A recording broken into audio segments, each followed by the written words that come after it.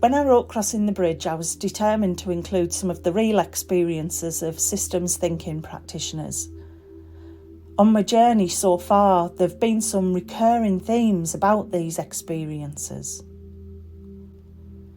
They are the things I get asked about by other practitioners most often, particularly practitioners who are just starting out on their journey. They are the things that they encounter, but often without the knowledge that others contend with exactly the same challenges. They are the things that are much less talked about or documented, and yet there can be quite significant aspects of a systems practice journey. I coach a number of people around these topics and find that they're the things that can make people want to give up on their journey on the bridge, where they develop their practice, because it feels too hard. The first of these, which appears in the book, is the notion of being an invisible practitioner. Pauline, it's like everything I do is invisible. It's like I'm invisible. I'm trying so hard, but it's like I don't exist. No one recognises what I've had to do to get the work this far. This is a regular and repeating complaint that I hear from fellow practitioners, particularly those working inside organisations, many of whom have middle management positions. But what is this invisibility cloak that systems practitioners wear? Is it something everyone wears when they go about their daily work? Or is it specific to systems thinking practitioners?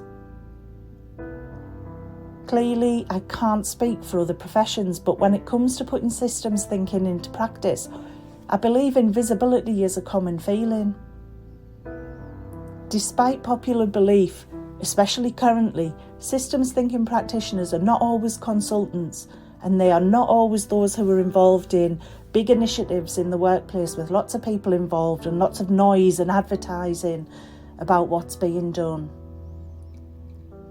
They are very often the humble, quiet ones who are just getting on with the job, overcoming barriers and making things happen. They have the ability to zoom in and out and check things out from a human perspective rather than relying on a computer says perspective. They're often able to observe with several different lenses over their eyes and hold several versions of reality in their mind at the same time. They get past the doubters and hurdle those who are blocking them. They have the courage to stand up to game players or find a way to do the work that makes the games insignificant. They cast fresh eyes on past work and decisions. And they aren't afraid to stand alone. Because the work can be so powerful, they might have to put up with bitterness, jealousy, general resentment from others. They may be undermined and belittled. Do you recognise this from the workplace? It's something that often happens, and yet no one likes to talk about it. In my experience, the stronger your practice gets, the stronger the pushback can also get. It's things like this that make our efforts invisible.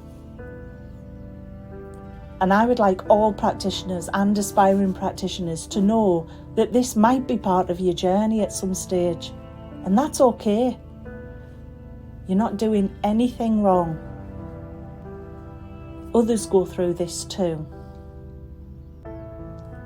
Learning to deal with it can significantly develop your general coping skills. But these coping skills are part of your invisible skill set though. They hide under your invisibility cloak, so you might have to come to terms with that too. But keep going against the norm and trying different things. Take the leap of faith onto the precarious bridge. And remember, if you're encouraging others to start their journey of putting systems thinking into practice, they too might experience the invisibility cloak for the first time.